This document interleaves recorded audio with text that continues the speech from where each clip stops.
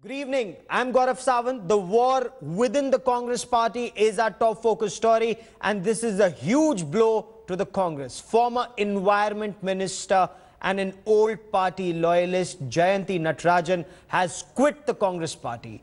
She launched a scathing attack on the Congress party vice president and the heir apparent, Rahul Gandhi.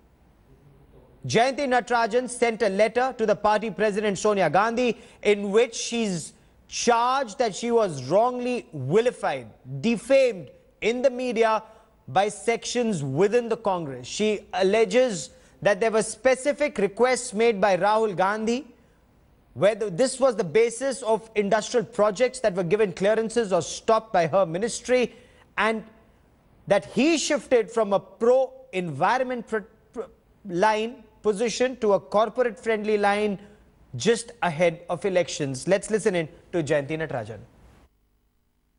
20th of December, when I was asked to resign, the next day on 21st of December, Shri Rahul Gandhi addressed a meeting of FICCI leaders where he assured them that environment will no longer be a bottleneck.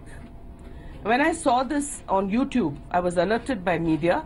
I was very upset because the main hard line on environment was given by him, and he himself was, if he had a problem, he could have told me to do the clearances faster, but he himself was asking me to go the day before he addresses FICCI, and the next day he's telling FICCI that environment clearances will now become much more easy, whereas there was really no bottleneck, there was really no problem.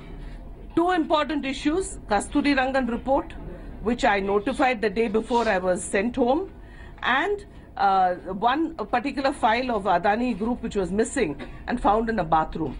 The next day I was asked to resign. When I wrote an email to Shri Rahul Gandhi saying, very passionate, saying, I saw your speech in FICCI, I want to know why you did this. You have never said that I was holding up projects.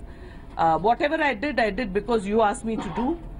I got a reply, and even a murderer has his day in court, is what I wrote to Shri Rahul Gandhi, to which he replied, I am a little busy right now and I will call you soon. But that appointment never materialized. I was unable to meet either him or Madam Gandhi.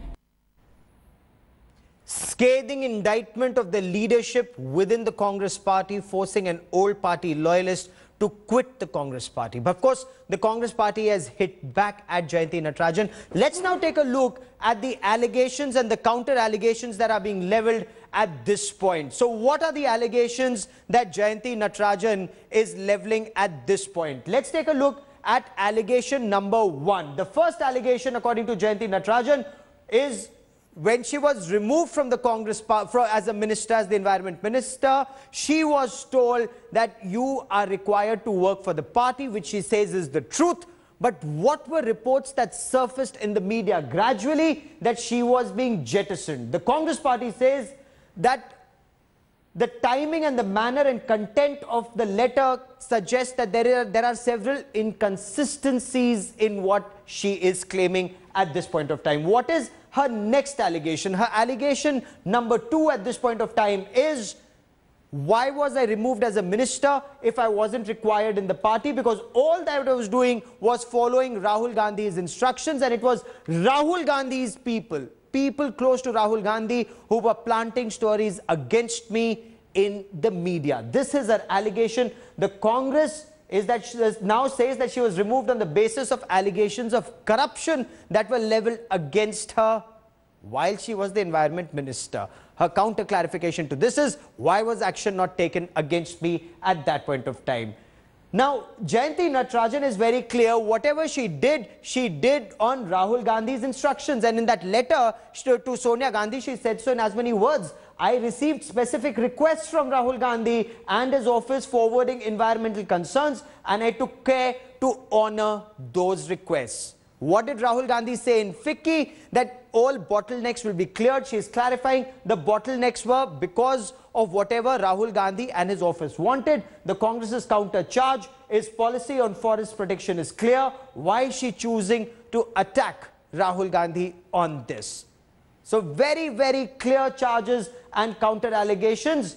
Now, allegation number 4, that she was made a scapegoat, she was the fall guy. And she's saying several journalists and analysts at that point of time also told her that you will be made a scapegoat for this, for India's development story getting derailed. That's what the Congress party will do just before elections. Congress's counter charge is that the letter and press conference is nothing but an image bachao andolan.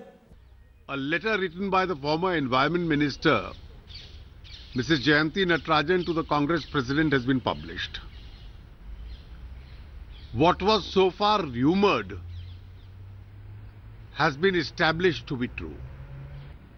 Today's letter conclusively establishes that it was not the statutory considerations, the mandatory considerations, which weighed with the ruling party and the government, but what weighed with them was the whims of political leaders of the party as to who is to be granted an environmental permission and who is not to be granted an environmental permission.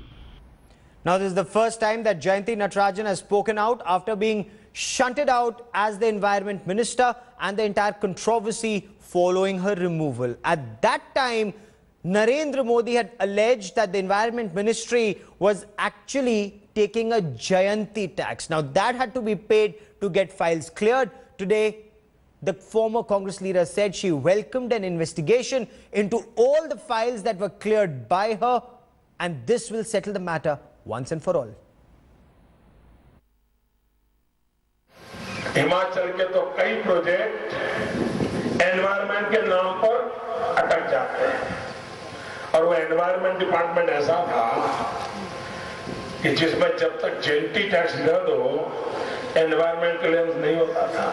That so far nobody has ever given me any concrete allegation of any wrongdoing that and I have committed no wrongdoing. If anybody is able to show that I have done anything wrong, I am willing to be hanged. I am willing to go to jail. Jayanthi Natarajan says, I've done no wrong. If there's any corruption, if there's any wrongdoing, hang me, send me to jail. But this is a bigger political story that's emerging from here. Kamaljeet Kaur Sandhu joins me. Executive Editor Javed Ansari also joins me. Kamal, as far as Jayanthi Natarajan is concerned, the allegations she's levelling extremely serious, and this derails the India's development story when the UPA was in its last years in power, and that is the allegation principally against Rahul Gandhi. Well, absolutely. The explosive letter from Jayanthi Natarajan coming at a time when Congress actually needed support. But this is obviously quite the opposite of the story that they would want to project. And one leader after the other, and Jayanthi Natarajan being an important leader, the environmental minister coming out and lashing out at the vice president and the Congress president itself. And this is obviously seen as sort of rebellion, after which she quit. This is something which is obviously not going to go down well, especially at a time when Congress is trying to revive.